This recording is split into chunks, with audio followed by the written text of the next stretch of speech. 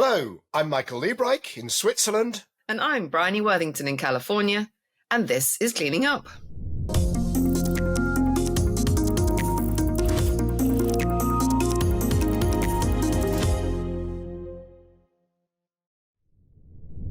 Welcome to the first episode of Season 14. Now, we're recording this just before Christmas. In fact, I've got my big glass of Christmas cheer right here. And so by the time the episode comes out, which will be January the 8th, things might have happened, although we'll still be before President Trump's inauguration. So if there's stuff that we do not talk about that has happened in between, we apologize. And with that, let's get started. Bryony, 2024, first of all, what were the things that you will remember about this year? For me, I managed to get a little bit of travel in this year, and including 2 trips to Asia, which really helped me to realize just how important that region is in terms of the things I care about, the energy transition that we're following on this show. And it was a fantastic opportunity to just take a little bit of a step back from the usual kind of dominance of what's happening in the US and view things from a little bit of a different angle. So I really valued those 2 trips to Asia, both of which involved a trip to China. Yes, I think I've not been in China for a few years, and it's easy to lose sense of just the scale and the speed of what they're doing in our sector. And we'll talk, I think, a bit later about they're also doing it in coal, but they are just operating at a speed and size that there's nothing else remotely like it in the world, is there? That's right. And I really like this new phrase of they are the first electrostate, where really they've grasped the fact that the future is electricity, and they're using their domestic coal. That's right. And we'll touch on that, I'm sure. But they've managed to also bring down the carbon intensity of their power to a point where it still makes sense now to electrify everything, and you still get a benefit. You certainly get a benefit in balance of trade, and using domestic energy rather than importing it.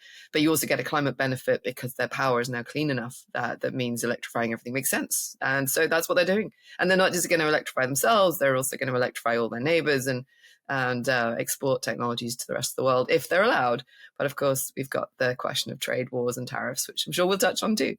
Absolutely. And whether they're allowed to actually to import, not just to export, but they're looking to import. We'll talk about AI later, and the GPUs, will they be able to get their hands on them?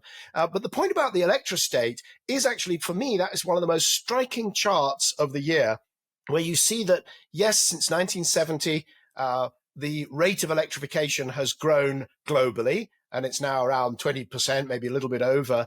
But when you break it down, you see that in Europe and in North America, the rate of the use of electricity, the contribution to energy services of electricity, has actually stalled at about 20%. Whereas in China, it's just blown straight through that, and it's headed for, I think it's on 28%, headed for 30%, and clearly just going vertical. So, when we talk about, do we electrify everything, or do we electrify nearly everything? We're actually doing nothing of the sort, but China is. Absolutely. And then also investing in the manufacturing capabilities to build the machines that allow us to run on electricity. So, what they lack in fossil fuel reserves in terms of gas and oil, they're making up for in manufacturing of machines that run on electrons and sending them around the world. So, yeah, it's been a very thought through strategy. It insulates them in terms of the amount of money they spend on volatile imported products. And it plays to their strengths. So, yep, it feels like that is pretty much unstoppable. So 2024, other big stories that you will remember, or maybe episodes of Cleaning Up that you will remember? We're not allowed to have favorites, of course, but what are your favorites? Well, the ones that we refer back to that a lot are, for me, is the John Marshall episode where we talked about how do you communicate about climate change. And it was before the US election that we recorded that. And John was being pretty clear about the fact that we tend as our tribe to talk in terms of very rational arguments, very logical arguments, and actually it's emotion that connects with the voting populace. And if we don't engage people on an emotional level, we will not win. And arguably, we have had some setbacks where it seems like the mood has gone against action on climate. So I think that episode and the whole narrative around how do we win hearts and minds. For me, I keep coming back to that as a really important theme. I'm not sure if I should pull you up on something, because you've just talked about our tribe. And in another episode, you used the words the movement. And I've assiduously avoided that. I don't have a tribe. I don't have a movement. I just try to be this kind of, to sit on Mount Olympus and be an analyst, because that way I can play this persona of, well, I just follow what the data says. Of course, what I choose to analyze, what I choose to spend my time on is heavily, directed towards the transition and accelerating it and so on. But I don't use words like tribe and movement, but you do. Yeah, but it's odd because I sit across a whole range of different types of tribes as well. I'm famously seen as, quite a supporter of nuclear, which isn't common in the sort of left-leaning green movement, and that has its own tribe, the sort of pro with the white heat of technology tribe, if you like, and I guess so. Yeah, maybe tribe's the wrong word, but the identity politics exists, right? You naturally, we're social creatures. You tend to hang out with people who think similarly, and it helps, especially if you're feeling that there's adverse conditions, to feel that you're not alone. So maybe I have got a natural tendency to find a kind of support amongst like-minded people, but my breadth of who I consider to be in my camp is quite broad. There's no question we're all tribal. I think we're also all multi-tribal. And so, and I find myself very definitely, at some point I'm definitely a conservative. That came out actually in, a couple of the episodes that we talked about that. But also I'm an oddity within the conservative, more broadly, because I do work every day, all day on climate, which most conservatives, how can I put it, don't. So we're definitely multi-tribal. The John Marshall episode, I mean, he was saying, oh, you win this by talking about the sense of loss. But, fast forward to today, and, you could call it, you said it's arguably a bit of a setback. No, come on. I mean, there's been a catastrophic reversal in the US election, frankly, for those who care about the climate. That's not a political endorsement of anybody. It's just a kind of a statement of fact. And I challenged in the final episode of the year with Lord Turner, I challenged him and said, have we lost the argument? Because we talk to all these clever people, but fundamentally, have those who want climate change to be addressed simply lost the argument? Well, yeah, that was a really excellent question. And Dare was pretty typically upbeat about the fact that some of the aspects of the transition are going to happen anyway, whether it's because of climate or just because of sheer economics of better technologies arriving now at a cost point we can all afford. But I think in terms of the narrative, you can't escape the fact that it's now we're back to a point where people who are in positions of great influence are saying, well, climate change might not be all that bad. It might actually save lives overall because we'll have fewer deaths because of extreme cold. That kind of cherry picking of data to make a case for stepping back a bit on climate, not putting climate in such a high priority. That's going to be the reality of the dominant narrative in the US now. And that what happens in the US doesn't stay in the US. It has a habit of creeping out globally. So if I look at memorable moments from the episodes that I hosted, there has to be one which was Rory Sutherland, when he actually, and this was vice chair of Ogilvy, part of WPP, between WPP and Ogilvy, the ad agency that has worked the longest, the mostest, with the most egregious oil and gas fossil fuel companies. We that's not, I don't lay that at his door in any way. It was a fascinating conversation about how you sell all sorts of technologies and brilliant insights. But then when we talked about whether ad agencies should be working for, not just working for fossil fuels and not doing public information, but actually promoting fossil fuels. Interesting conversation. But there was a point where he said, am I 100% sure that climate change is actually happening and that we're responsible? To which I was kind of aghast, and it took me a while to actually sort of, blurt out the words, absolutely yes. Of course I'm sure. I'm a scientist. What are you talking about? So that was a memorable moment for me. Yeah, and we're going to see more of that. I guess from our perspective, every kind of extreme weather event or the weakening of the North Atlantic conveyor or the loss of ice sheets and losing of glaciers, all of this feels kind of like so incontrovertibly the proof that this is happening. But we're in a world where you can have your own set of facts and your own narratives, and it's that anchoring back to the science, unfortunately, it is still going to be needed. There are parts of the world where it's not contested, and not to go back to China again, but there isn't this kind of debate. It's part of the fact that it's not particularly a free information society. So there's a consensus, and so they can make long-term plans and they can invest accordingly. That stability comes at the price of freedom. We've got probably now, arguably, we're going to be more free than we've ever been, but possibly the result of that freedom is chaos, and chaos in terms of stop-start plans, nobody really knowing what's going to happen next. How do you make investment decisions that are going to span maybe 20, 30 years when every 2 to 4 years there's this huge upheaval in politics? And that's the US, but also Europe's not looking particularly stable either, right? War on our doorstep, elections being contested, all sorts of issues that mean planning is hard. I think there's a really interesting conversation.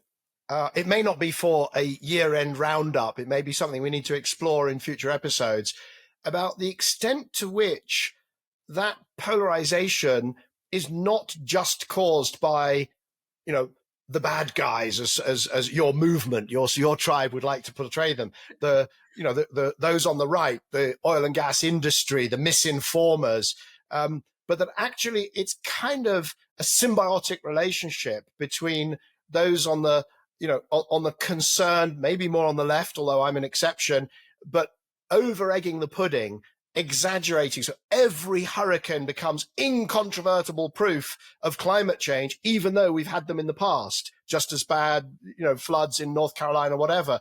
And, every single wildfire, irrespective of what we've built in the way of the wildfire, is incontrovertible proof of climate change. And, that sort of over-trading, which I struggled against when RCP 8.5 was being promoted as, a business as usual scenario, and it was absolutely implausible. That sort of, it's almost like a bad marriage where both sides deserve each other in some ways. Or I think of it in terms of being a parent. When that 3-year-old toddler just goes the one step too far and you snap and you start becoming as bad as the toddler.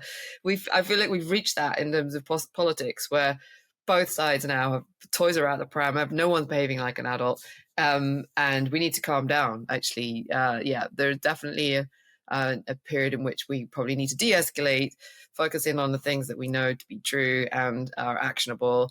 And in something you've brought up and taught me over the last few months is focus maybe on just making it energy affordable. Like that the single biggest way out of this is to have a lot of affordable electricity and energy. That means that we can be resilient in going into whatever period we're going into. And that does mean focusing pretty squarely on making sure that everything is reducing in price, not increasing, and that we're making things available to people. And the cost of capital probably becomes the single biggest thing we need to work on, because it's so unfair that the wealthiest have the lowest cost of capital and the poorest have the highest. And we're going to need a lot more capital in people's hands. That's right. I believe they say to thems that have got, get more, or something like that. And no, I think the affordability point absolutely is going to be one area of potentially bipartisan support. But the question of how you de-escalate, I think, again, that's a topic that maybe we should come back to see if we can find some people who know how to do that. But you mentioned toddlers and tantrums. So we also have to talk about President Trump and the US election. How will we remember that election and why the result was the way the result turned out? We're not you and I did an episode, we did the immediate reaction. We're now a month later or whatever. And there's a little bit of time to reflect. It's not yet history, but we're in that kind of interregnum between news and history. What do you think are the messages that this sector, those who are concerned about climate, need to be taking from that election experience before we wrap it up and consign it to history? Yeah, well, it's as you say, we did an episode when it was quite new news.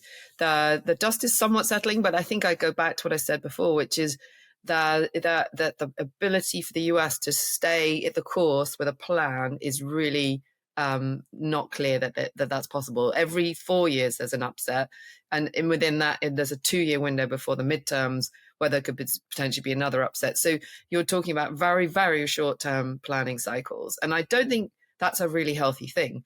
And it on either side, and it results in now in the tail end of Biden, people trying to throw money out the door very fast, which generally speaking isn't usually the best way of making sure that money's put to best use. And then on the other side, you've got people saying they're going to slash federal budgets, by 50% or more to get spending back under control. And again, if you do that not very sensibly, it can have a big economic effect, because these are lots of jobs. This is money flowing in the economy that could be stopped abruptly, and that will have a follow-on effect of the economic health of certain parts of the world, so certain states, certain cities where there's a lot of public workers who are keeping the economy going. So done. And when we saw that with Liz Truss, right, if you do something radical in a short period of time, there can be quite a big knock-on effect, that lots of unintended consequences. I think the difference is that in the US at the moment, the general economy, the city, the financial Wall Street is very excited about a Trump administration.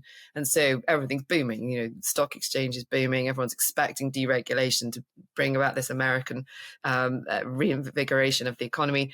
And so unlike with Truss, where she did some crazy stuff and the city went, no, here you've got people doing potentially crazy stuff with the city saying, yeah, let's go for it in the short term. But longer term, I worry about the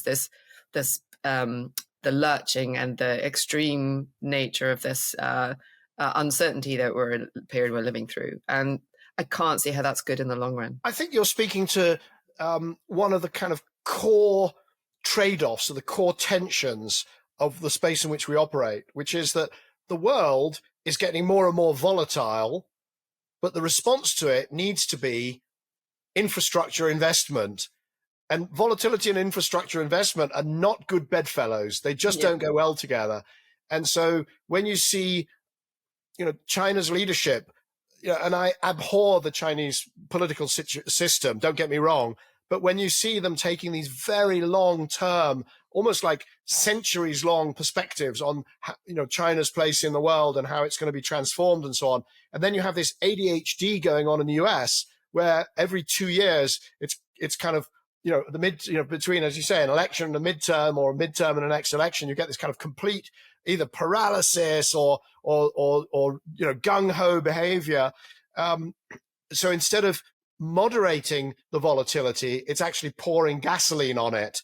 I think that is, that is just in and of itself, irrespective of who's saying what, and whether, you could have both extremely committed to climate change, but changing the policies all the time. That would also be bad. But we've actually got a real whipsaw going on at the moment. There are some consistent things that will happen there. I'm one question, I suppose.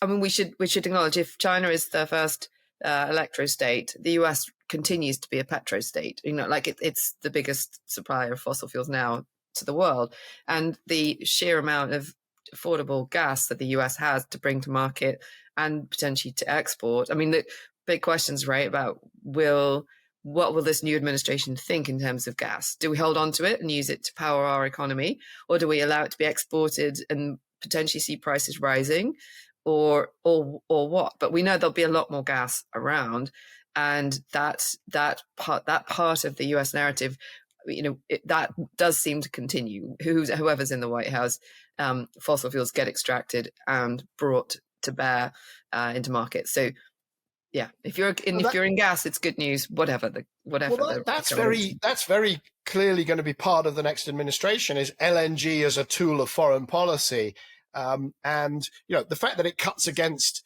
the low cost energy in the US, because if you export it, you're pushing, tendentially you must be pushing up the prices domestically, but it also sets up a really fascinating kind of 30,000 feet big picture tension, because you've got China effectively dumping clean solutions on the world and the US effectively dumping LNG on the world. Now, the world could just say, hey, this is fantastic because we're going to get cheap gas, cheap LNG, and LNG price is clearly going to come crashing down in that environment, but we're also going to get cheap clean technologies. And I suppose the question is, I almost feel like this ought to be perhaps a play by, Ibsen or something, because if you were a developing country, if you're a global south country, which would you take?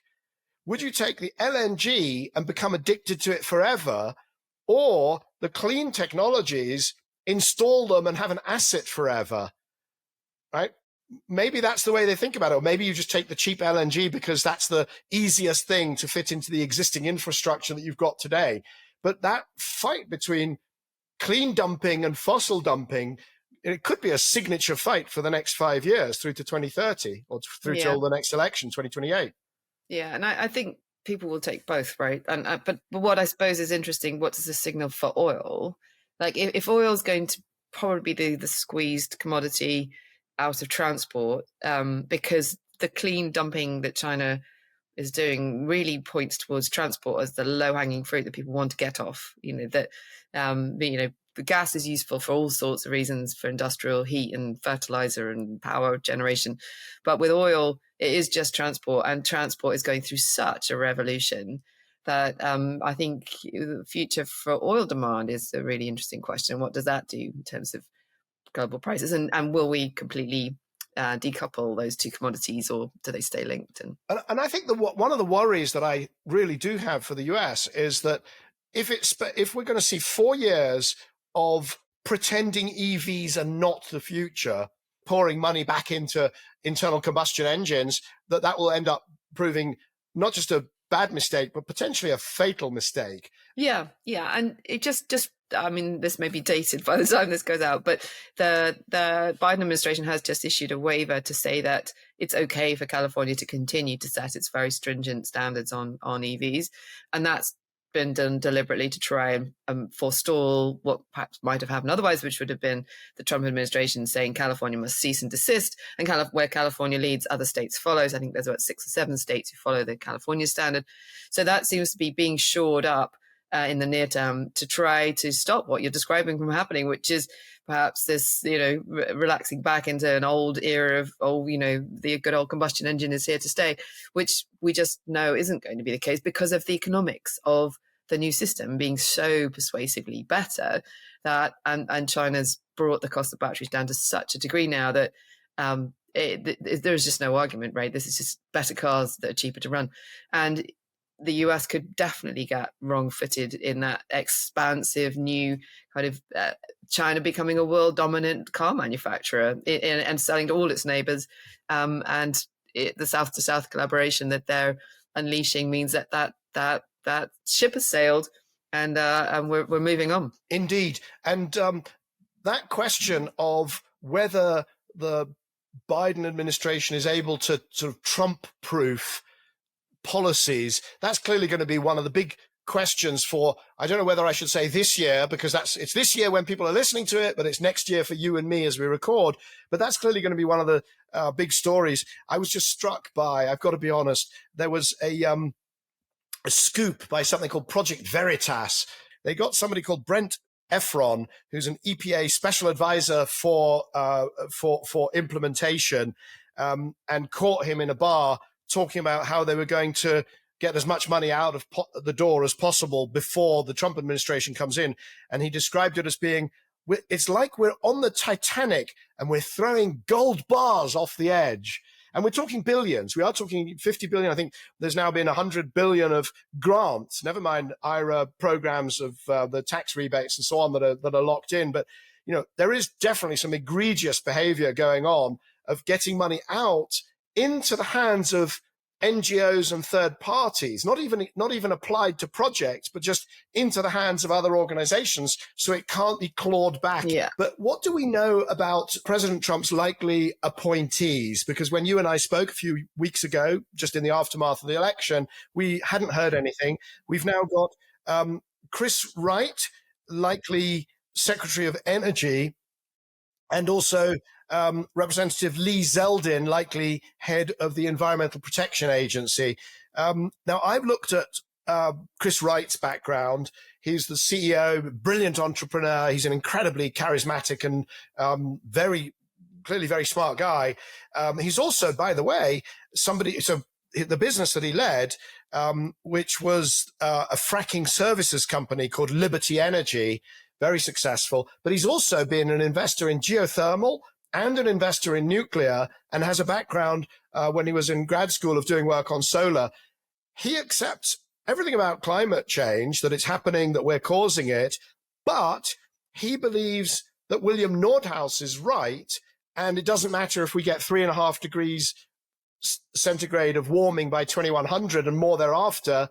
I'm paraphrasing. I don't think he says that it doesn't matter, but that economically it would be much better if we just let that happen and focused on bringing everybody out of poverty and providing cheap energy services. So he's a Nordhaus acolyte, when I think it's fair to say most of the climate world thinks that Nordhaus is way out on a limb and in fact just dangerously and downright wrong, despite being a Nobel Prize winner, about the levels of warming that we should tolerate.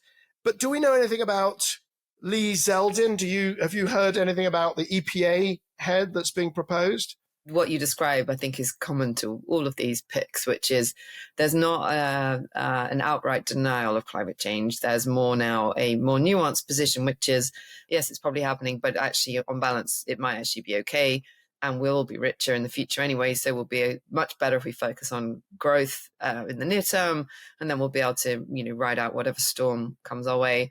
And there'll be some benefits along the way in terms of, plants absorbing CO2, whatever it is you want to focus on. What you described as his kind of interest in a whole range of technologies is correct, right? He's not seen as someone who's only going to be focused on fossil fuels. The geothermal focus has been growing.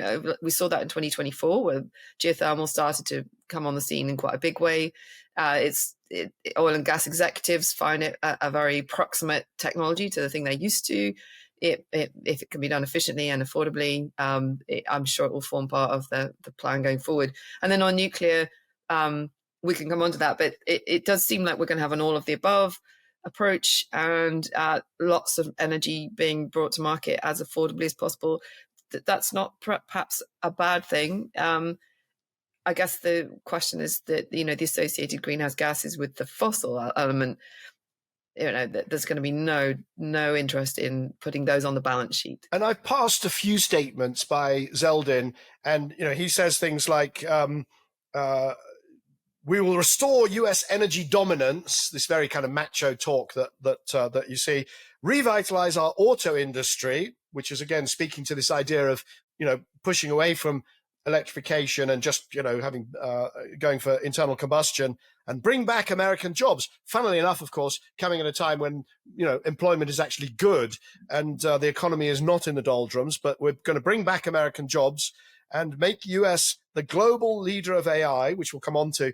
But what Zeldin says, which is interesting, we will do so while protecting access to clean air and water. So, the kind of very primitive chest banging about getting rid of the EPA is perhaps not on the cards. What we've actually got is much more sophisticated operators this time, who, this is not, I think, Scott Pruitt or the former administration, Trump's first administration. He had these very kind of absurd figures who were, talking about dismantling entire departments, but actually, couldn't deliver that, quite obviously. Now it's very much kind of everything but climate is what I'm hearing. Everything but climate. Well, that's kind of interesting. Obviously, not great if you think climate is the biggest crisis ever, but it's a much more nuanced set of picks. I mean, forget RFK on health and all the people who are just, as far as I can see, designed to obliterate the news cycle and confuse everybody. But in our sector, it seems like it's going to be everything but climate. Yeah, and actually, having the people he has around him, it's a very Californian-focused administration. I mean, Musk may be resident in Texas, but he made all his businesses happen in California.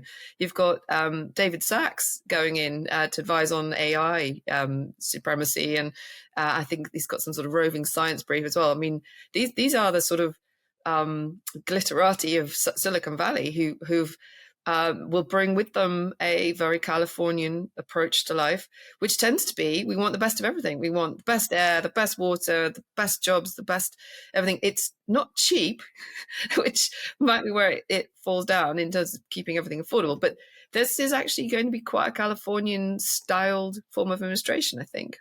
Yeah, and the concern I have with that is that these are people who think that they're absolutely committed to the idea that the whole world should simply follow California. So these are not people who've spent any time, in the global south, in with anybody who's disadvantaged. I mean, they are simply in California. That is the model.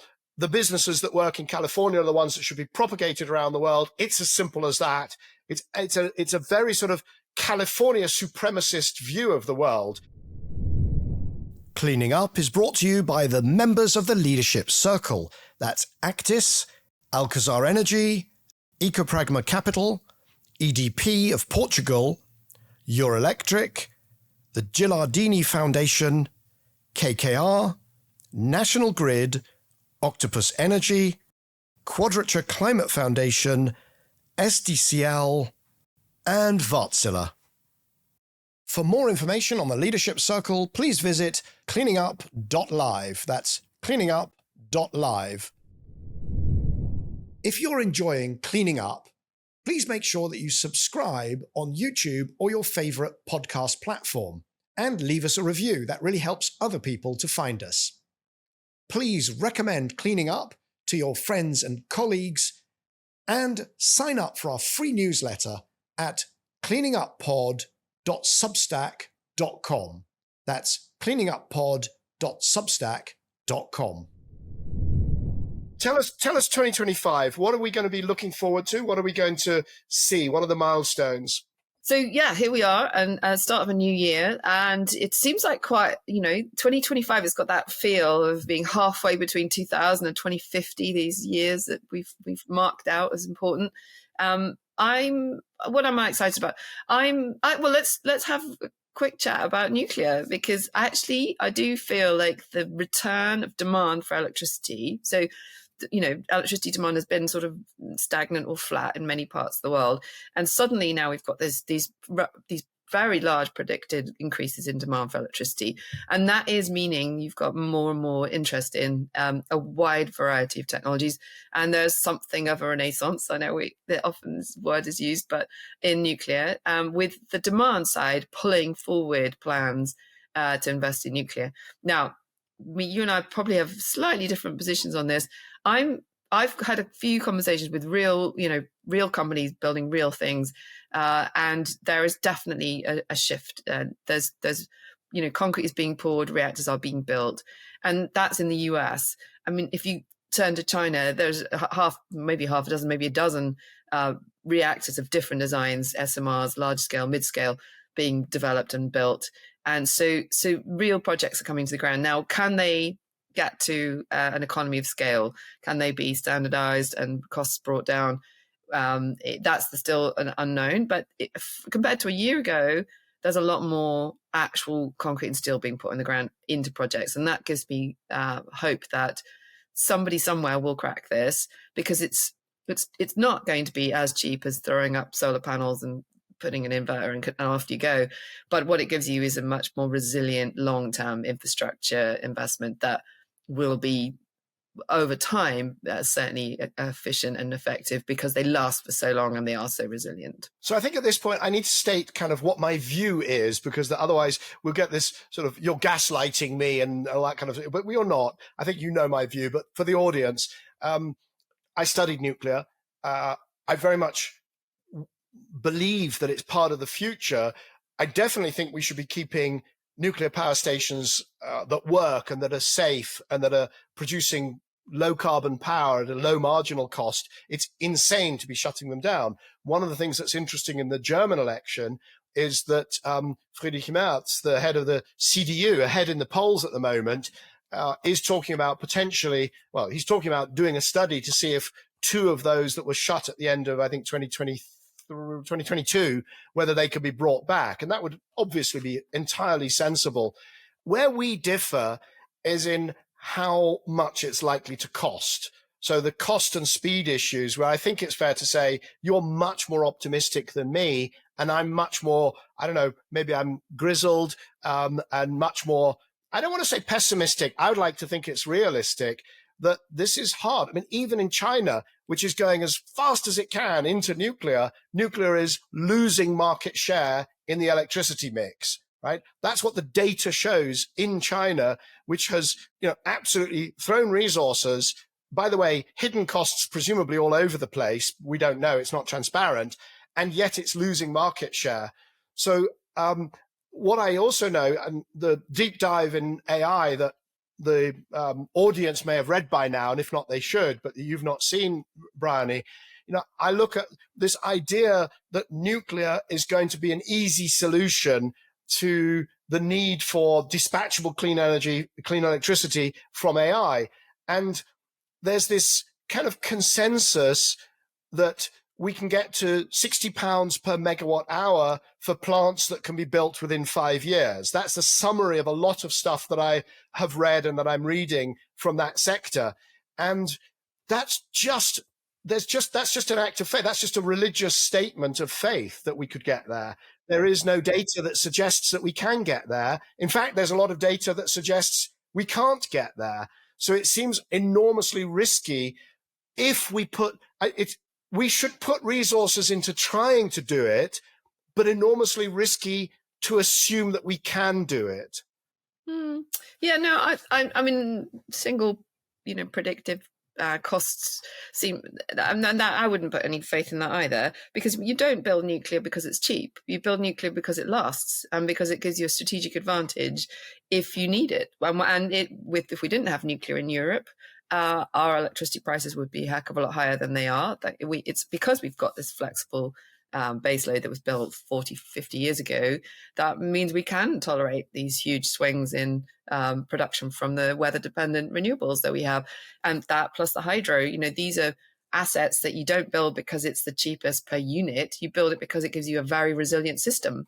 And the whole system has got to work. We've got to keep the lights on and it's got to be affordable. And that feels to me why people will want to restore their nuclear percentages. That's why they'll want to increase their nuclear percentages if they find the right technologies. I mean, we can talk about China. The reason the percentage share is falling is because demand is still growing so fast. And it means that electricity is pushing out other parts of the fossil economy in transport, for example. And so proportionately to electricity, nuclear might be falling, but it's still a really important aspect of why they're able to be an electrostate. But Bryony, what's happening in China is, yes, demand is growing. That the electrostate, electricity penetrating, and nuclear can't keep up because it's too slow. But they've because wind and solar and batteries can keep up, and nuclear can't keep up. And then, you say that, that it's resilient. You see, the thing is that this is what happens. This is why I get riled up by the nuclear promoters, because they'll say things like, well, it's resilient. Well, it wasn't resilient. In 2022, French nuclear fell over. Over half of it was offline. One of the reasons why our costs in the UK of electricity shot through the roof was that instead of that essentially France was sucking up all the excess power generated around Europe because its nuclear had fallen over. Yeah, but it fell over for a very short period of time. It's not resilient. It is resilient. And look at the Dunkelflaute that we've just been through in Europe, right? To talk about not resilient, if that happens, then everyone's pulling in French nuclear. And that study of what happened during the extreme heat is correct, but it's not static. The industry moves on. The industry is now preparing itself for those higher temperatures, and it, as a proportion of the amount of time of the year that they went out, it was a very small amount. Now, no source of power is completely 100% firm, and every single technology has its outages. Now, does that mean that nuclear is not resilient? No, it is incredibly resilient because it comes totally at the times when it's totally independent of your weather cycles, which will be affecting every other form of technology that you're relying on. So that's, for me, that's it. It's decoupling weather dependency and keeping carbon low. That's its unique ability to provide for the system. Bryony, I'm going to go in here. the French nuclear that fell over in 2022 did not bounce back after a few days. It was offline for months and months and months into I'm going to send you a report, Michael. It You took need a to read. long time to bring it back, right? And what I want to know from you is, how do you use nuclear to compensate for a Dunkelflaute when the Dunkelflaute lasts 1 week? So nuclear as a backup for the Dunkelflaute, I would just love to know how that works. I'd love to know. I honestly it's would, already because I would like working. it to work. Ask the Swedes, right? They're having to bail out through using their reactors are bailing out Denmark and northern Germany. France is always bailing out Germany, and if it's not that, then it's Polish coal bailing out Germany. So this system has to have a certain amount of redundancy and a certain amount of zero carbon power that can compensate for the fluctuating. Well, I mean, we're not disagreeing about this. And if we didn't have the nuclear in the European system, it would be a heck of a lot more expensive and harder to keep the lights on. You would be then calling in lots and lots of small thermal generation plant, or you'd be hoping that your hydro was full and you've got a lot of hydro. But even the hydro now is showing that it's weather dependent and highly becoming more unpredictable. So in the context of all of that unpredictability, knowing you've got a nuke there with its fuel on site, capable of performing, and they have adjusted themselves to the now expected higher temperatures, plus reactor designs are becoming less and less reliant on water. We're starting to use different forms of coolants and different designs that make them more resilient, because you're an engineer. Give an engineer a problem and they'll come up with a solution.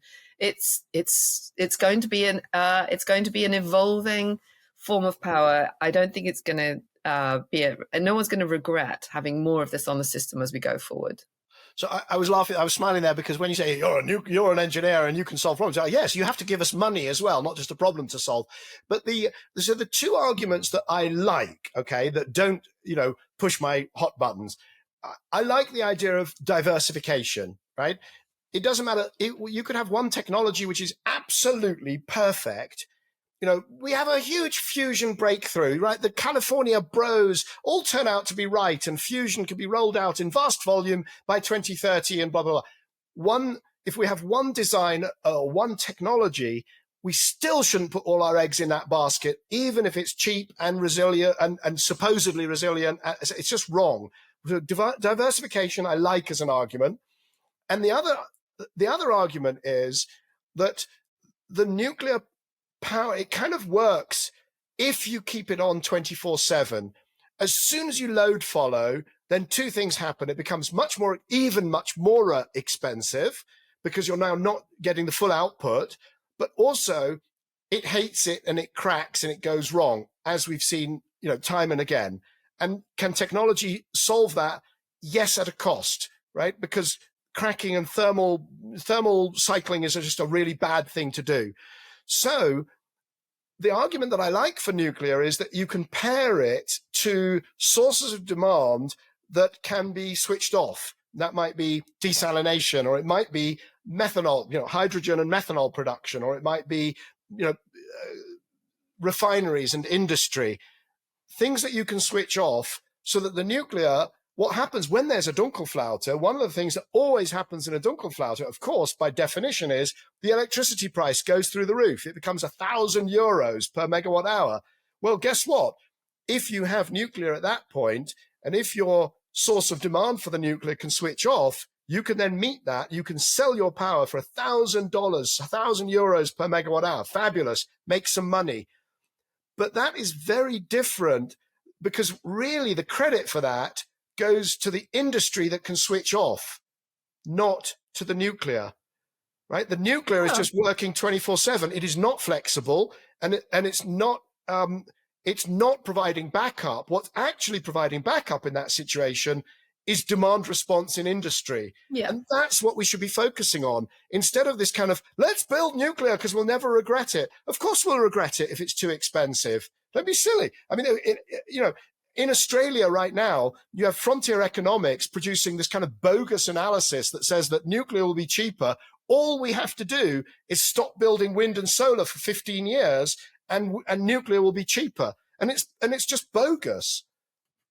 I don't subscribe to any tribe that says do it instead of something. I said do it as well as, and that's when you get less fossil burnt. That's basically it. You do renewables and nuclear, and you squeeze fossil out. That's the ultimate thing. I don't know why.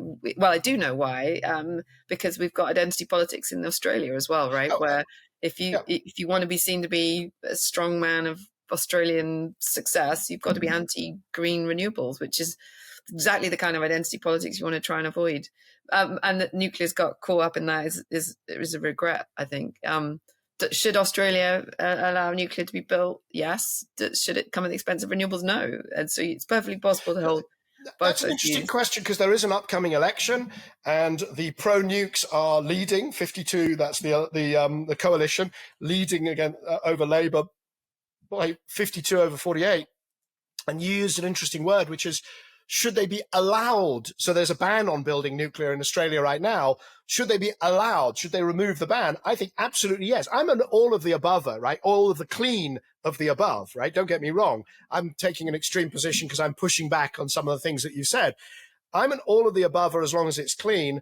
And I think that Australia should remove that ban. It is an absurd lightning rod for opposition, for this tribal politics. So I believe they should remove it. But I also believe that if economics has anything to say about it, then Australia, with its extraordinary resources in terms of every clean technology that you could hope for, from hydro to wind to solar to battery minerals to, even natural gas to fill in a few percent, if that's going to be what you need to do backup with a couple of percent of unabated gas, so be it. The chance of nuclear economically being the answer for Australia, I consider to be nil. Yeah.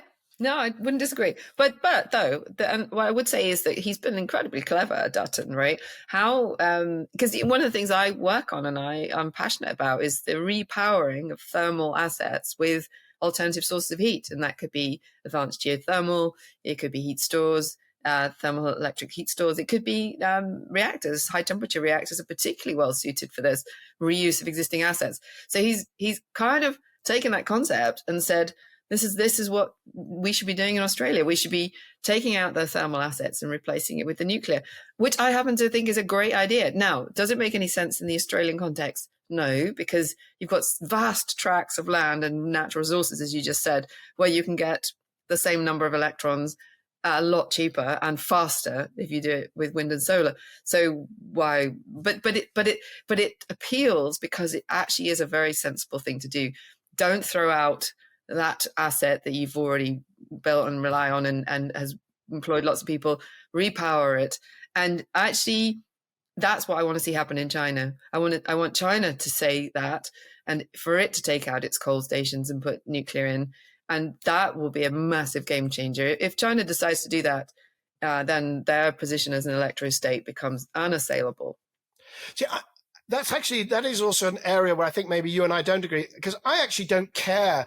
This business about we have to repower to preserve the value of the asset. Listen, if somebody invested in something and then they use it for a bunch of years and they get a return, or they don't, frankly, Schumpeterian economics, I don't care. If they've made a bad decision, that is their problem. There is nothing so substantial about stranded assets. It doesn't threaten the financial system. It doesn't threaten people's pensions. It's just, the idea that we should be optimizing the solution to climate change should be dependent on whether we can or can't preserve the assets of some subset of investors who were too stupid 10 years ago to think they should be doing something different. Call me out. I just don't buy into it. Yeah, well, then that's because you're not a politician, probably. I mean, because essentially what happens in the conversation in China isn't just about, what's engineeringly optimal or what's even economically optimal. There are power blocks within any form of government, and the thermal asset owners and the coal industry within China has a huge amount of sway. So when it comes down to, and it happens everywhere, the incumbency can have a chilling effect on anybody who's coming in to challenge it. So the reason I like repowering of the coal assets as a concept is because it joins up a powerful force within Chinese government and another potentially powerful force, which is the nuclear, and says these two can go forward together rather than in opposition to one another. And I didn't pick it up at the time, but you mentioned why is China not increasing its market share? It's because if they did actually really lean in on nuclear, they know that it would have a destabilizing effect on the very people who own those assets and the coal mining regions of China. And therefore, they are deliberately slow pedaling at the moment. Will they take their foot off the brake and do it properly? That's the question for me. And a signal of that would be, we're going to scan the country, work out where we can put these things inland, not just on the coast. And if China shifts into more inland nukes, then I think the world I will sleep more easily if they do that. And by the way, that was a great episode with Professor Qiye that you did, and I really enjoyed that one. So we could put a link in the show notes about repowering. My worry is there's actually a resonance of that argument in the German elections in February, which is around e-fuels, because one of the big arguments that I get hit with all the time on social media about e-fuels is they preserve the value of the assets of all of these vehicles that we've got. We'll do e-fuels, they're a drop-in. They might be more expensive, but they preserve the value of the assets. And it's like, listen, by the time you build the e-fuels plants and the renewable, because of course they're all German, so they only want renewables. They don't want e-fuels, made with anything else. It's got to be direct air capture and purest of pure. By the time you build the renewables and then the plants and get those into the car, your car is a 40-year-old rusting wreck in some scrapyard somewhere. There's absolutely nil chance that you will be using e-fuels in current vehicles in the fleet today. If anybody's got a car and you are thinking, don't buy an electric car because e-fuels will be able to drop in any time in that car's lifetime, please wake up. Please wake up. It's not going to happen. Yeah. Bryony, we're reaching that point, I believe. Well, we haven't touched on, but you mentioned e-fuels, and I just wanted to bring in, we've got a COP in Brazil, haven't we, coming up? Yes. So this 2025 we'll see perhaps a return to something like normal COP proceedings, although is there such a thing as a normal COP? But it'll pass to Brazil. There'll be a lot of focus, I'm sure, on other aspects of the transition. But one thing I'm excited about is if Brazil electrifies its transport fleet, it will release quite a lot of e-fuels or biofuels, essentially, that are currently being blended into the transport system in Brazil. What's going to happen to those biofuels? Could they be then used to go into aviation or into another form of long-distance transport? That feels to me like it would be an amazing confluence if Brazil realizes it's got all this cheap electricity, it should electrify its transport system, and whatever it is using for bioethanol, it displaces that into the aviation sector. I'd love your thoughts on that. So I've been fairly open and something I've said over the years, that all the biofuels we currently do, and of course Brazil is, absolutely central to that. They're all wasted. They're all doing something that would be easier done by electricity, and they all become freed. And actually, the calculation is if you did that, all current biofuels, biodiesel and bioethanol, which can all be turned to jet, it's very complicated and there's a bit of loss, but you can do it. That would already be enough to provide about a quarter of the world's jet fuel. So when people say biofuels, forget it. No, actually, even though we've not developed biofuels fully, in fact, we could do a quarter of jet fuels if we so got focused. And so that is very exciting. I'm not sure it's connected to COP. And by the way, we can do the same with biogas into shipping fuels, which is another whole episode. COP, I didn't go to Azerbaijan. You didn't go to Azerbaijan. There was a fantastic episode, I think, with James Cameron, our editorial council director, or chair, rather, of our editorial council at Cleaning Up, where we talked about the COP and the future of COP. So there is a COP coming up. I will go, but I'm not sure what I'll find, if I'm honest, because without the US and with Europe still mired in stagnation, making promises to invest hundreds of billions, which without really a plan for a low-cost, affordable transition itself, it just feels like we may be in some kind of surreal space that's actually not worth attending. I don't know. What do you think? I mean, I'm quite cynical about COPs in general. They're useful and helpful for lots of people to meet and discuss things. The actual negotiations don't have any content really left in them because we've given it all away. You know, we've said we're all going to do NDCs, they're all voluntary and blah. We'll meet every now and then, check how we're doing, but there's the mandatory nature, the rule of law that James Cameron loves has been thrown out the window, let's be honest. So maybe that's just the way things are. Multilateralism across the board is suffering, and that we're not in the era. We're not in the era of there being enough urgency for us to do multilateralism well. Trade deal, you know, it's all bilateral now going forward. So perhaps that's just the phase we're in.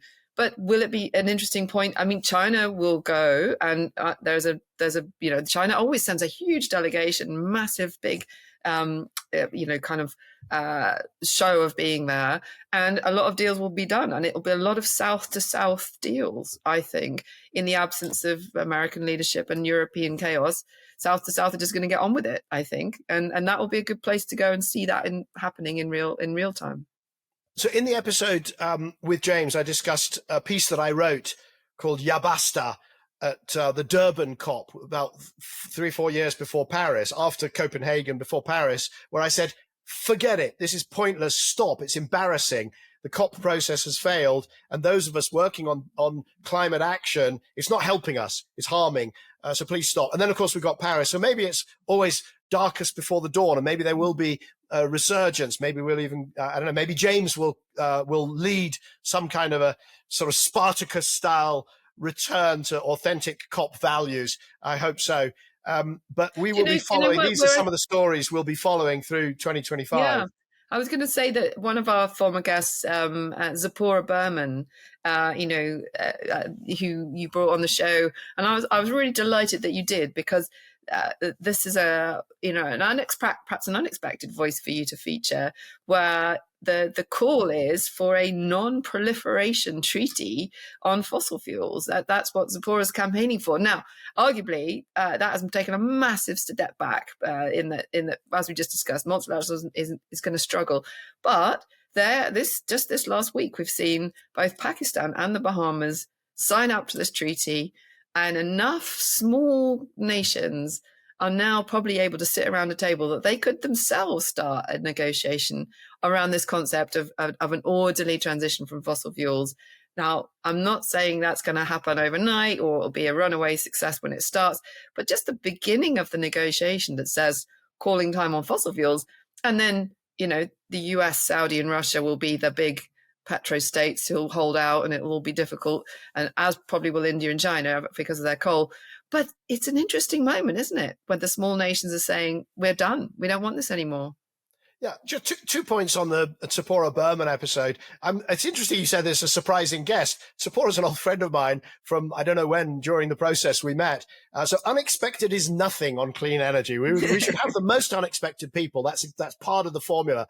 But also what I was really struck by that episode, and again, we'll put a link in the show notes, was that she was talking about moving nations beyond fossil fuel, the Fossil Fuel Non-Proliferation Treaty. And shortly after that, I had Fatih Birol, the head of the IEA, who, by the way, is in the crosshairs of the Trump administration. And, you know, and I hope he manages to navigate that, because we need the IEA.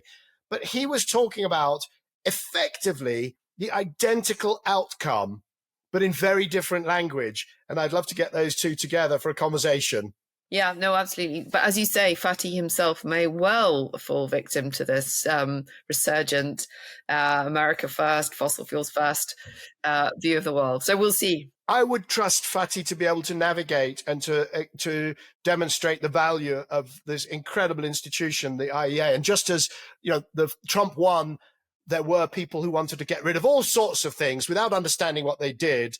And I'm guessing that Trump too, hopefully, will be more nuanced. And if it is, then I'm sure the IEA and the extraordinary work that he and his team do would, maybe not in its entirety, but would survive and prosper. But on that note, we've got a lot of homework, a lot of stories to cover next year. It's a pleasure meeting with you. As you can see, my Christmas cheer is exhausted. And that means we have to bring to an end this episode of Cleaning Up. So we'll see our audience This will go out on January the 8th next year. So if that's the day you're watching this, thank you for watching immediately. And if you are, well, for Bryony, I can wish you happy holidays. Thank you, Michael. Yeah, listen, another enjoyable conversation. Look forward to many more in the coming months. And as you say, we're always going to be featuring surprising guests, surprising ideas, and hopefully taking a non-tribal view of this transition, because we are members of many tribes. But it's been a real pleasure working with you, Michael. Thank you. Have a fantastic holiday. Thank you. And for the audience, please join us at this time next week for another episode of Cleaning Up. Cleaning Up is brought to you by the members of the Leadership Circle. That's Actis, Alcazar Energy, Ecopragma Capital, EDP of Portugal, Euroelectric, the Gilardini Foundation, KKR, National Grid, Octopus Energy, Quadrature Climate Foundation, SDCL, and Wärtsilä. For more information on the Leadership Circle, please visit cleaningup.live. That's cleaningup.live. If you're enjoying Cleaning Up, please make sure that you subscribe on YouTube or your favorite podcast platform and leave us a review. That really helps other people to find us. Please recommend Cleaning Up to your friends and colleagues and sign up for our free newsletter at cleaninguppod.substack.com. That's cleaninguppod.substack.com.